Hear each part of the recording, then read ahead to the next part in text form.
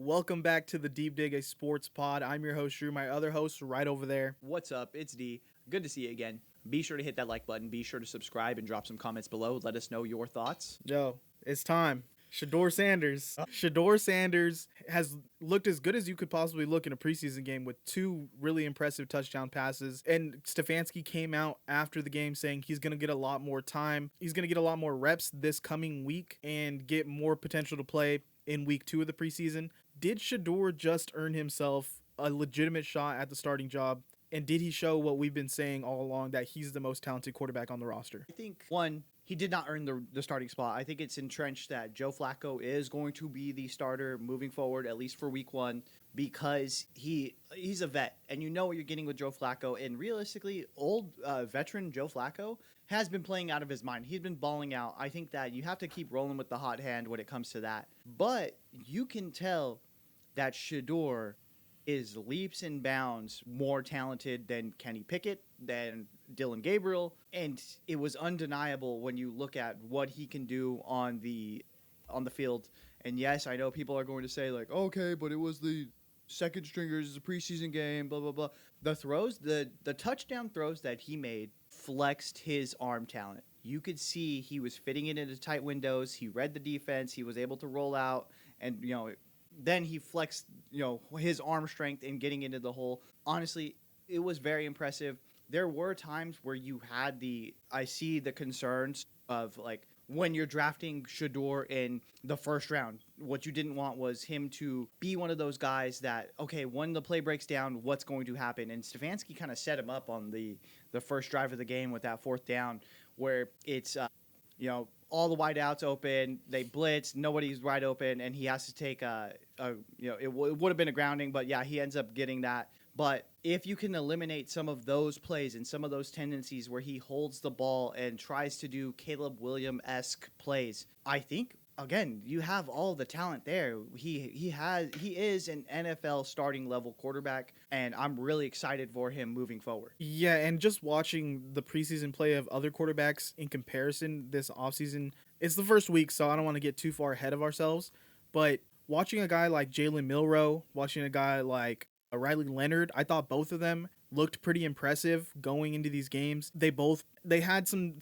plays that, wish they could have took back, but I thought they looked impressive in what they did on the field in those first preseason games. And I was thinking Shedeur might fall into kind of that same category. I think after watching that game, he's a head and shoulders above those two in his development as a starting quarterback in the NFL. I think he showed that he is performing I don't want to say first round quarterback level, but a competent rookie quarterback who should be starting in the league. I feel like we saw that from him there. And I think you can't deny he's better than Dylan Gabriel. He's better than Kenny Pickett. And he should be right up there with Joe Flacco taking a good majority of the first team snaps. So the ability to be a superstar, I don't know if it's there. I don't know if he's going to be this top 12 quarterback. But from what I've seen already, he should be starting. I mean, he's doing better than guys like Tyler Shuck for sure. So I think he deserves more opportunity to show what he can do. And I think he's going to keep surprising us. Yeah, and it's crazy, like, the kind of, you had to take a hard stance on Shedeur Sanders before this game kicked off. It was either you thought that Shedeur was a first-round quarterback talent, or you thought that Shedeur Sanders was a bum. And then when people were coming out and saying, like, hey, the Browns aren't setting him up, and I'm not a huge RG3 fan, I'm not at all, but RG3 coming out and being like, hey, the Browns are setting him up to fail, and I think it was true. I think we kind of talked about it, like, why are they putting him fourth on the depth chart? Why are they giving him limited reps in practice? He's over there throwing to equipment managers, and despite all of that, he goes out there and balls out. And I seen today that Trey Wingo was like, he commented on RG3 saying like, oh, what happened? I thought they were setting him up for failure. Two things can be right at once.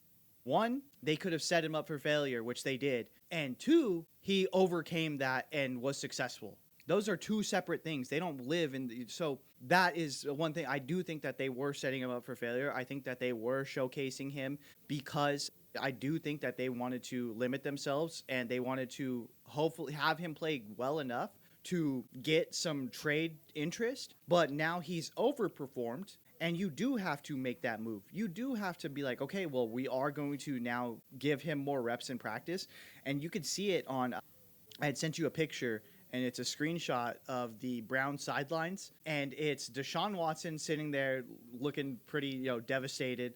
And then it's Dylan Gabriel sitting there looking pissed off. And then it's Joe Flacco standing there just beaming ear to ear, smiling, because you can tell that he's like, yeah, this guy works hard, he deserves it. And you can see the other two like, there it goes. There goes our future as Cleveland Browns quarterbacks. And I really do believe that they are going to have to set up Shedeur Sanders for success moving forward.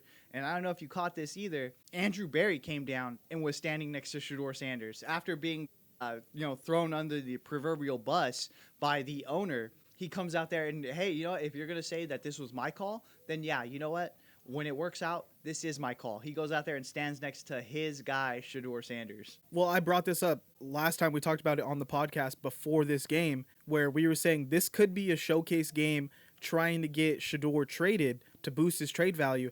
And I asked the question, what if he plays really good and too many teams start calling, and you have to look at yourselves internally as the Browns and say, how can we get rid of this guy when he's looking this good? And now that's coming to fruition. He looked really good. I think he looked better than they expected. He looked better than anything they have in-house. So there's no way you could get rid of him without the fans rioting. And then you put yourself in a position to where, what if he goes somewhere and he's their starter this year and he looks really good and you're stuck with Dylan Gabriel? So they put themselves in that box. They have to play.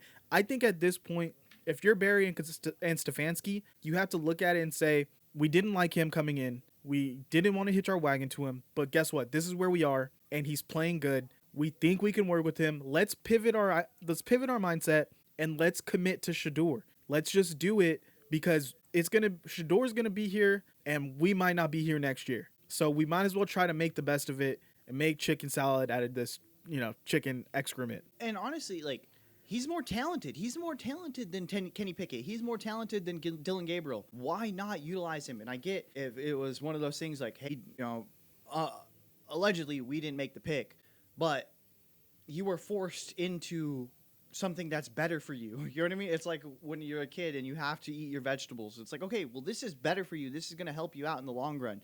Shedeur Sanders is going to help you out in the long run. Realistically, he should have been.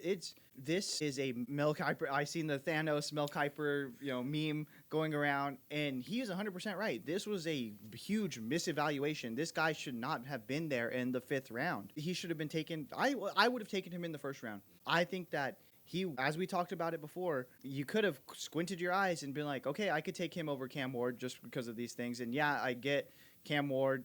Honestly, he should have been the first pick overall. See that now. But you could have made an argument like, okay, you know what? I could talk myself into taking Shedeur over Cam. But now you're looking at it, and this guy was taken in the 5th round, and you're looking at the New Orleans Saints. And Tyler Shugg, I'm seeing beat reporters report that the QB2 should be Taysom Hill over Tyler Shugg. I'm looking at the Pittsburgh Steelers, who kept a roster spot open for an old Aaron Rodgers, who is immobile as hell. I'm looking at the Seattle Seahawks, and yeah, they took Jalen Milroe. Jalen Milroe cannot throw downfield still. You can see that, and yeah, he flashes in Or preseason. Riley Leonard. Riley Leonard can't throw it down the field. So you're looking at all these guys, and this is a huge misevaluation. And a guy like Shedeur Sanders is ready to step in at the NFL level and be a starting quarterback. Yeah, and this is an organization where the Browns forced Stefanski. Basically, leadership had to force Stefanski to play Deshaun Watson way longer than anybody would have, at any high-level competent NFL coach would have played him, because of the contract, because they boxed him in.